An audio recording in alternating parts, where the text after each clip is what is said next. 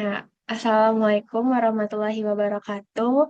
Sebelumnya, perkenalkan nama saya Safira Putri Ramadhani dengan NIM 255032011111097. Jadi di sini saya berasal dari Fakultas Ilmu Administrasi, tepatnya Prodi Administrasi Bisnis, eh, kelas Agama Islam, tepatnya kelas C1K. Dan kali ini saya akan membahas mengenai video YouTube yang sudah di-share oleh Bapak yang berjudul Tafsir Al-Fatihah Ihdinas Syiratal Mustaqim. Kok nggak bisa?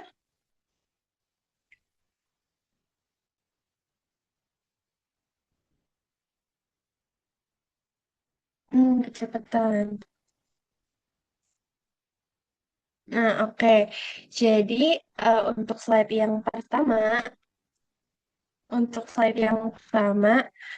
kita akan membahas mengenai hidup bukan untuk mencari kebahagiaan duniawi semata. Jadi, apa sih hidup bukan untuk mencari kebahagiaan duniawi semata? Jadi, yang pertama adalah eh, kalian teman-teman bisa lihat di gambar kalau ada dekonstruksi tujuan hidup, ada mitos dan ada fakta. Jadi dalam kehidupan orang-orang lebih apa ya, orang-orang tuh banyak yang kalau misalkan dalam kehidupan tuh orang-orang mikirnya hidup untuk mengejar kebahagiaan. Jadi fokusnya tuh hanya untuk duniawi saja. Padahal kita harus fokus juga kepada akhirat. Jadi di sini ditulis mitos untuk mengejar kebahagiaan. Jadi di dunia itu, di konsep duniawi, kita tuh kalau mengejar kebahagiaan saja, nantinya tuh akan berujung pada kebingungan dan ketakutan akan kesedihan ketika hidup tidak berjalan ideal. Jadi bahagia itu nggak bisa dijadikan tujuan akhir saja. Kita harus fokus akhirat juga. Karena kalau misalkan kita fokus duniawi saja, kita pasti bakal ada rasa takut, ada rasa sedih karena kita takut gagal. Terus yang realitasnya kita tuh harus menempuh jalan yang lurus. Jadi kita harus fokus melakukan apa yang diridhoi Allah. Kebahagiaan, kesedihan di sepanjang jalan hanyalah sekedar cuaca dalam perjalanan, bukan tujuan akhir.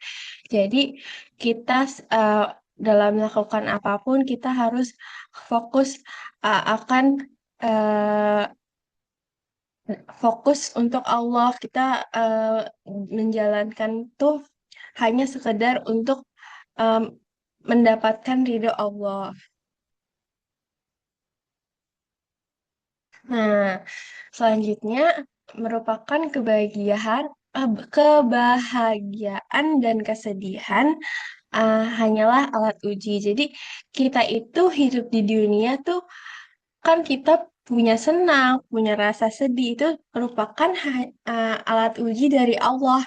Jadi kita tuh nggak hanya senang, nggak hanya sedih di dunia.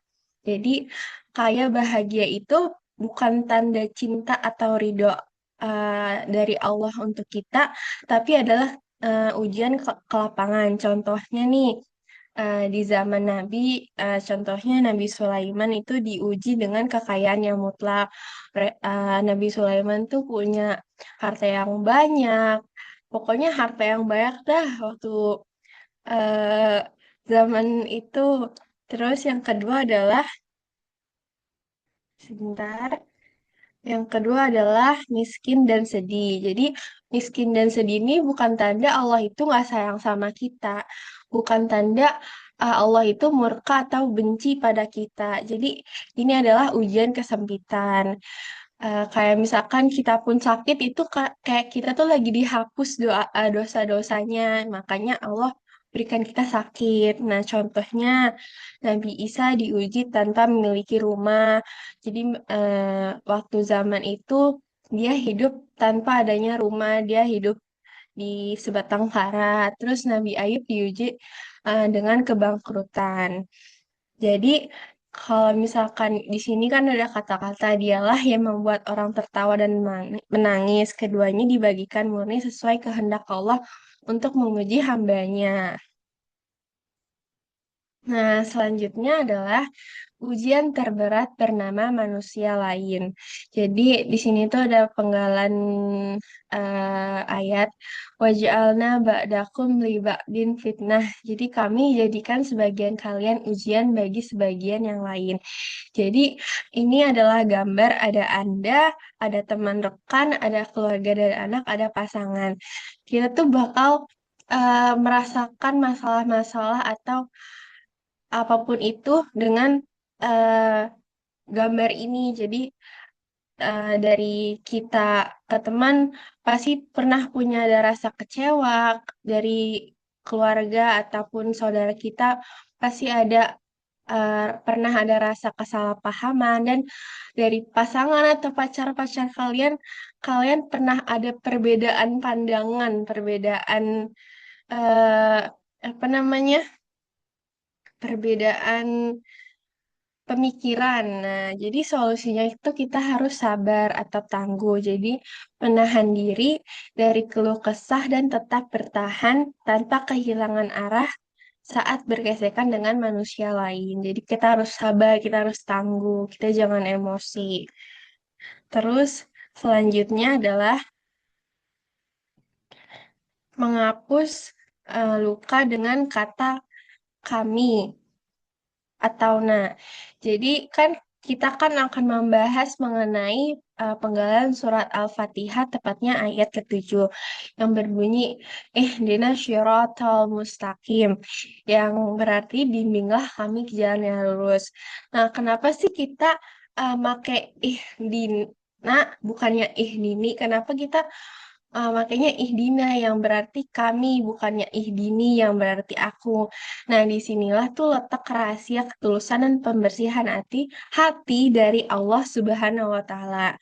Jadi, saat kita mengucapkan ayat ini dalam sholat, kita tuh sedang mendoakan seluruh umat Muslim.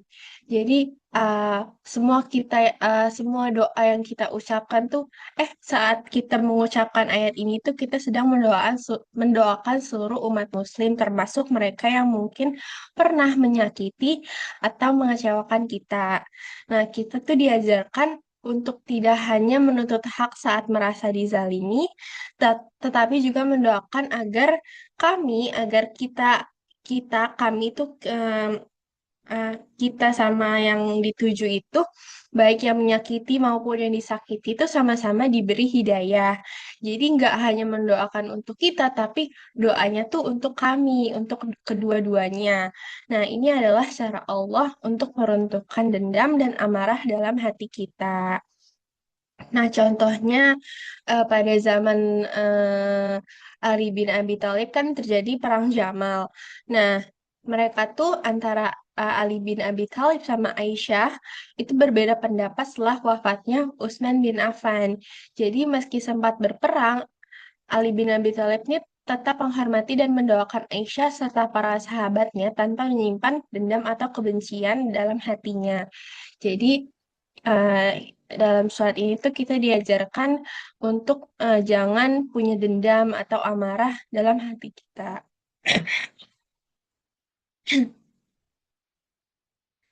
Nah, selanjutnya adalah tiga kunci pembuka pintu hidayah. Jadi hidayah di dalam gambar ini kan ada roda-roda ya teman-teman.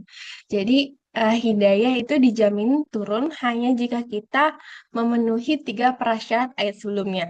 Jadi kalau misalkan teman-teman baca nih surat Al-Fatihah, kan pertama Alhamdulillahirabbil alamin. Nah, itu merupakan pujian teman-teman. Jadi kita tuh mengakui kebesaran Allah Subhanahu wa taala. Terus yang kedua adalah tauhid.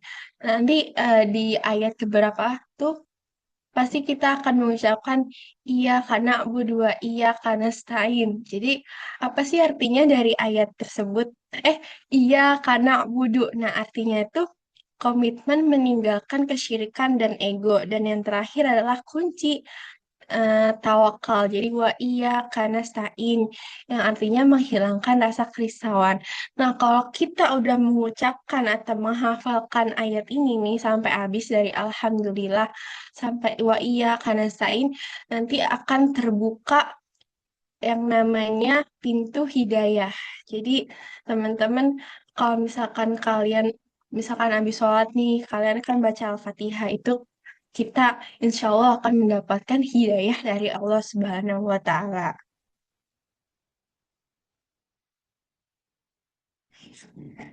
Selanjutnya adalah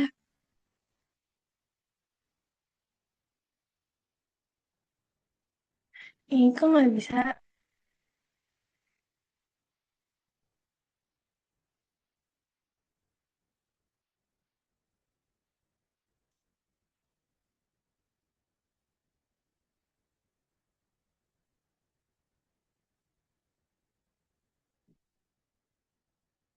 Nah, selanjutnya adalah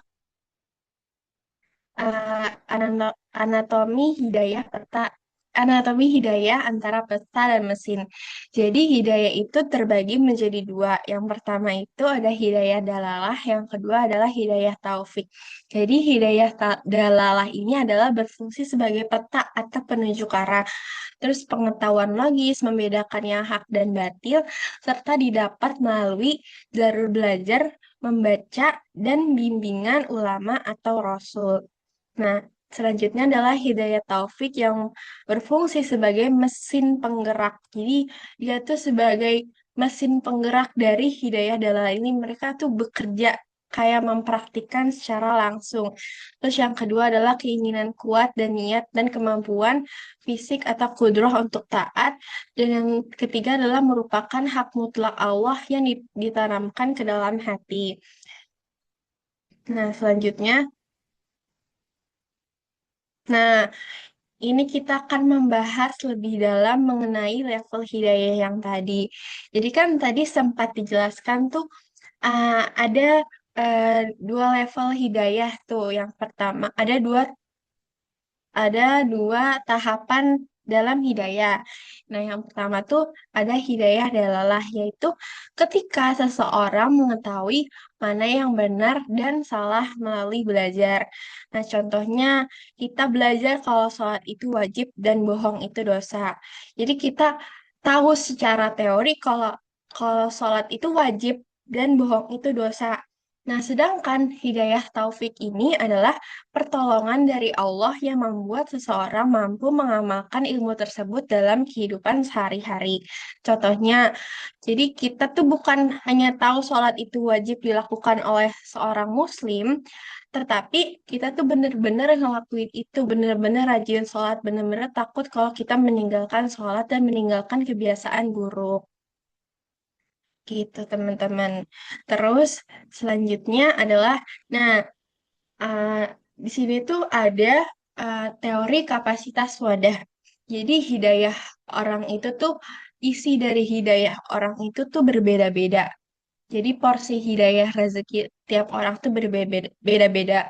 Jadi Allah mengukur curahannya sesuai kelayakan wadah mental dan keimanan kita. Jadi tuh di sini tuh ada gambar gelas kecil, ada gambar ember, ada gambar danau. Nah, gelas kecil ini tuh merupakan orang yang punya hidayah tuh tapi masih kapasitas awam. Jadi kalau diberi curahan sebesar danau, wadah ini tuh akan hancur karena kan cuman gelas kecil. Nah, jadi uh, akan hancur oleh kesombongan atau maksiat. Terus yang kedua adalah ember. Jadi nah ember ini tuh merupakan kapasitas penuntut ilmu. Jadi dari wadah ember ini uh, kita tuh mampu orang yang punya hidayah sebesar wadah ember ini dan itu orangnya tuh mampu menampung lebih banyak hikmah dan tanggung jawab. Jadi masih di ya sedang-sedang gitulah hidayahnya. Terus yang kedua danau, nih lebih besar nih. Kalian tahu kan danau besar banget pasti kan. Terus danau ini tuh orang yang punya kapasitas para nabi dan ulama. Jadi ini tuh setara hidayah dari para nabi dan ulama. Jadi seluas samudra hikmah yang mampu menyerap dan membagikan ilmu tanpa batas. Makanya kan seorang nabi, seorang ulama, mereka tuh kan membagikan ilmu tanpa batas kepada orang-orang muslim. Nah, selanjutnya adalah kita bakal memahami level hidayah lebih dalam. Nah, yang pertama adalah hidayah tidak ditunggu, tapi dikejar dan dicari melalui belajar atau thalabul ilmi. Jadi kita tuh nggak nunggu kita dapat hidayah, tapi kita cari lebih dalam supaya kita tahu nih, kita belajar nih. Terus selanjutnya adalah sarananya beragam. Kita bisa nonton YouTube yang di-share oleh guru agama, terus buku, diskusi, terus bahkan teknologi seperti tadi kan guru, buku, diskusi, bahkan teknologi seperti YouTube atau Google. Jadi selama kontennya benar menurut Al-Quran dan Hadis, jadi kita tuh bisa memperdalam ilmu kita agar mendapat hidayah. Nah, tadi kan sempat dijelaskan nih ciri hidayah taufik. Jadi kalau misalkan kita udah merasa benar-benar mendapat hidayah taufik tuh hati kita tuh bakal merasa cinta pada iman, jadi benci pada kemaksiatan dan diberi kekuatan atau kudroh untuk istiqomah atau melakukan ketaatan kepada Allah Subhanahu wa Ta'ala. Nah, selanjutnya adalah kita akan menjelaskan em, empat empat kelompok manusia. Jadi berdasarkan penerimaan hidayah, eh, manusia terbagi menjadi empat. Yang pertama adalah dolin atau sesat. Jadi dolin ini adalah mereka yang tidak tahu dan tidak mau mencari kebenaran.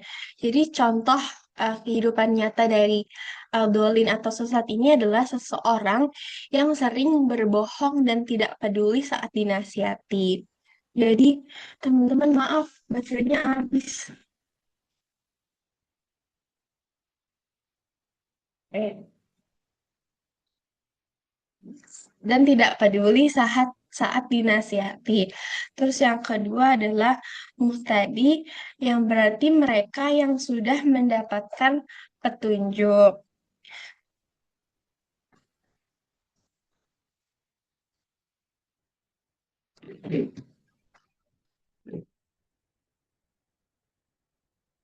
Mustadi mereka yang sudah mendapatkan petunjuk.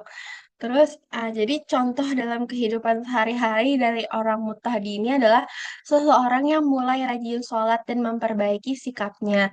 Jadi mereka sadari, mereka tahu sholat itu wajib. Jadi mereka memperbaiki sholat dan memperbaiki sikapnya. Kalau misalkan dirasa sifatnya tuh dari kemarin tuh kurang baik, jadi perlu diperbaiki. Terus adalah gowi, nah, ini tuh orang yang berbahaya. Jadi mereka tuh tahu kebenaran tapi sengaja nolak kebenaran itu kayak kayak iblis gitu. Nah, contohnya itu seorang yang tahu mencontek itu salah tetapi tetap melakukannya. Nah, itu. Terus yang keempat adalah Roshid. Jadi ini adalah level tertinggi. Jadi Eh, contohnya tuh seperti Khulafaur Rasyidin yang mendapatkan hidayah sekaligus berhasil mengamalkannya secara istiqomah. Jadi, contohnya adalah seseorang yang konsisten untuk berbuat jujur, rajin ibadah seperti sholat, beramal soleh, dan lain-lain sebagainya, dan tetap berbuat baik meski tidak diawasi. Jadi, mereka tuh berbuat baik nggak cuma buat konten doang, tetapi eh ya karena kemurnian hatinya. Nah, selanjutnya adalah ada eh, cahaya di akhirat adalah pantulan hidayah di dunia. Jadi, apa sih dampak ihdinas siratal mustaqim bagi em,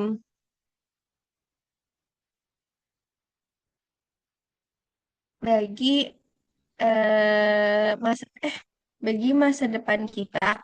Jadi di akhirat nanti petunjuk yang kita pegang di dunia itu akan berubah menjadi nur cahaya. Jadi besar kecilnya cahaya kita saat melewati jembatan di akhirat itu tergantung pada seberapa teguh kita memegang hidayah di dunia. Jadi kita tuh harus eh, mencari cahaya kita nantinya untuk eh, kita di akhirat nanti, untuk ke kemudahan kita di akhirat nanti. Jadi ada yang cahayanya seterang kilat, ada yang sebesar jempol kaki yang redup nyala, dan kecepatan kita tuh menyeberang ke surga adalah cerminan dari kestabilan kita di atas jalan lurus selama hidup di bumi.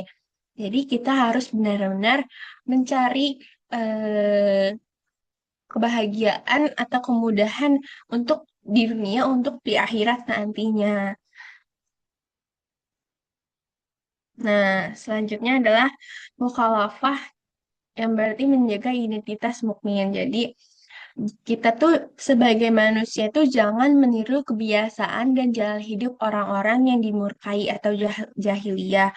Contohnya, kalau di jalan jahiliyah ini, di jalan dimurkai itu, kita tuh jangan nyaha, yang berarti meratapi takdir dan musibah secara berlebihan. Kayak jangan terlarut dalam kesedihan terus. Jadi kita harus move on, kita harus memulai hidup baru lagi yang lebih eh, siap menerima dari takdir yang kita ratapi. Kita harus em, lewati takdir itu. Terus yang kedua adalah asabiyah, yang berarti membela keluarga atau kelompok yang membabi buta meski salah. Jadi kita harus membela yang benar, kita jangan membela yang salah.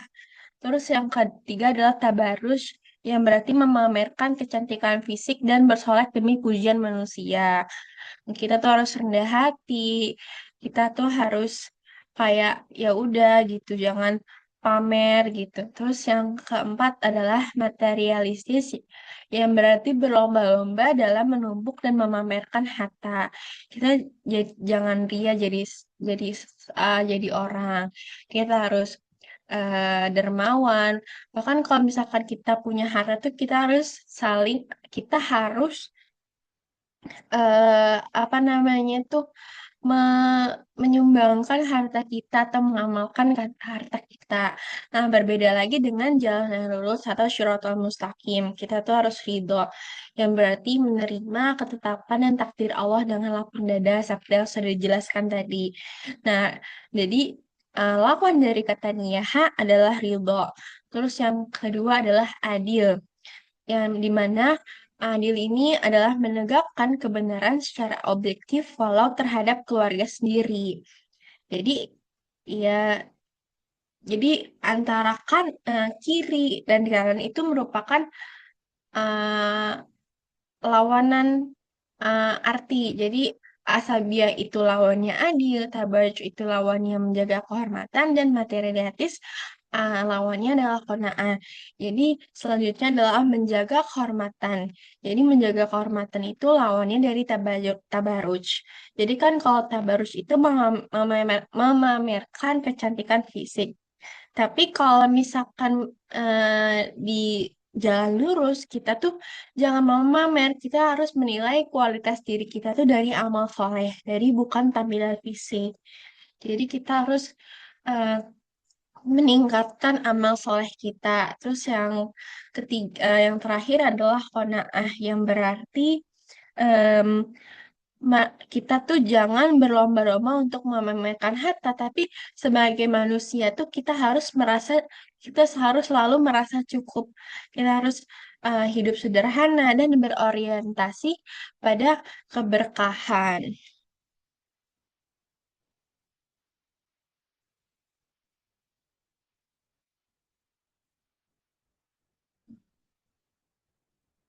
Nah, selanjutnya ini ada reminder uh, yang berarti eh, pada saat kita membaca ihdinas siratal mustaqim adalah bentuk meremukan kesombongan diri. Jadi setiap kita membaca doa tersebut, jadi setiap kita membaca ayat ihdinas siratal mustaqim, mari kita sadari kalau kita tuh sedang menemukan kesombongan atau menemukan kesombongan intelektual kita. Jadi dengan jadi kita tuh meminta petunjuk. Kita tuh mengakui bahwa sepintar apapun dari kita, maupun dokter, insinyur, profesor, presiden, wakil presiden, dan lain-lain, kita tetap kita tetaplah hamba Allah yang bodoh tanpa bimbingannya. Jadi itu kita harus meminta petunjuk mereka, kita harus meminta jalan yang lurus. eh, jadi kita tuh harus meminta jalan yang baik atau jalan yang lurus kepada Allah Subhanahu wa taala. Kita harus selalu meminta petunjuk, kita harus selalu menyembah Allah. Terus, jadi hidayah adalah komitmen untuk tidak meniru atau tasyabuh jalan hidup orang-orang yang dimurkai.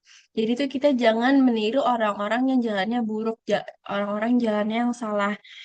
Jadi jangan apa ya, jangan meniru orang-orang yang suka tabarruj, terus eh, menumpuk harta secara buta dan lain-lain sebagainya. Dan semoga kita termasuk golongan khulafaur rasyidin. Jadi orang-orang yang ilmunya berbuah amal dan cahayanya seterang hingga ke surga. Selanjutnya adalah nih, teman-teman bisa lihat ada manifestasi cahaya atau nur di akhirat. Jadi, besaran cahaya saat menyeberangi gelapnya jembatan Shiratal Mustaqim itu berbanding lurus dengan konsistensi atau istiqomah kita sebagai manusia dalam beramal di dunia. Jadi, di sini kan ada yang gelap ke terang. Jadi kita akan membahas dari ke gelap dulu baru ke terang. Jadi di sini gambar yang kecil itu merupakan cahaya itu sebesar ujung jari kaki. Jadi cahayanya redup, berkedip, merangkak penuh luka. Jadi waktu kita di jembatan Shiratal Mustaqim tuh kita tuh masih kayak nggak bisa melihat, masih gelap gitu. Uh, Hidayah kita tuh, amal kita tuh masih sedikit. Nah, terus kalau misalkan kita menambah, mencari ilmu lagi, mencari hidayah tuh, kita akan mendapat cahaya sebesar telapak tangan kita, teman-teman. Telapak tangan kita. Nah, yang nantinya dengan cahaya sebesar telapak tangan, kita tuh bisa berjalan biasa hingga tertatih, tapi masih tertatih, teman-teman. Terus yang ketiga adalah cahaya seukuran badannya, di mana saat kita menyeberang jembatan Shiratal Mustaqim yang sangat tipis itu, kita tuh dapat menyeberang secepat kuda bertenaga. Jadi teman-teman bisa bayangin kalau misalkan kalian naik kuda dan kuda itu lagi jalan, nah itu secepatnya itu kayak gitu tuh. Waktu kita berjalan di jembatan Shiratal Mustaqim. Terus yang keempat adalah setinggi pohon kurma.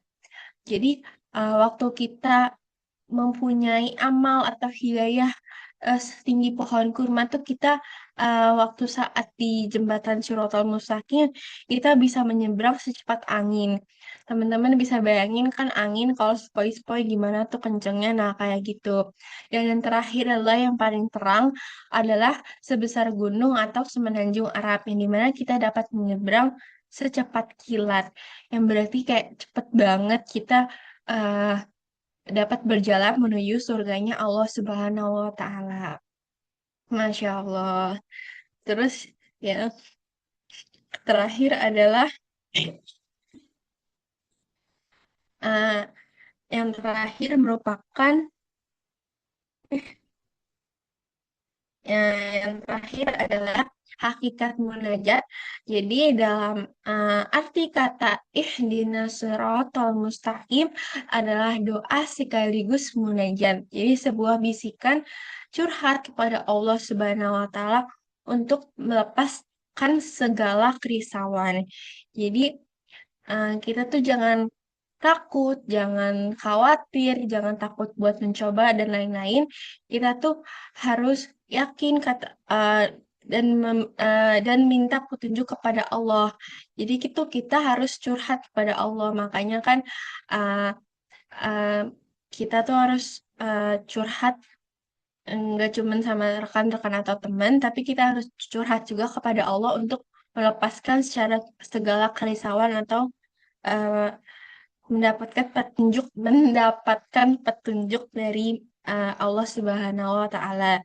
Jadi berhentilah sekedar mengeluh kepada manusia. Jadi berhentilah sekedar mengeluh kepada manusia. Jadi kita tuh nggak cuman mengeluh kepada manusia doang. Nah, jadi kita tuh harus mengeluh juga kepada Allah Subhanahu wa Ta'ala. Kita harus eh, berpundak pada Allah Subhanahu wa Ta'ala atau kayak gitulah pokoknya. Jadi kalau misalkan psikologi modern kan menyebutnya penyembuhan emosional atau healing. Ya healing-healing gitu kan.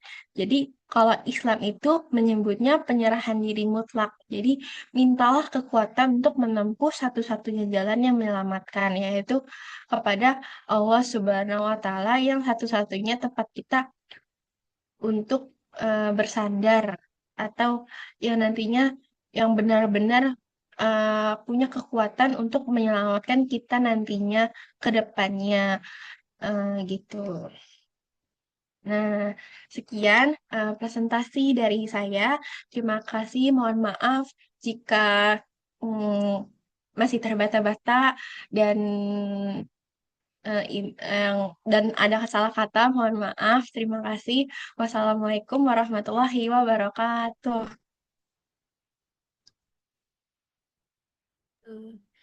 Terima kasih Mbak Apa ya? Safira. Ini recordnya dari kamu kan, Saf?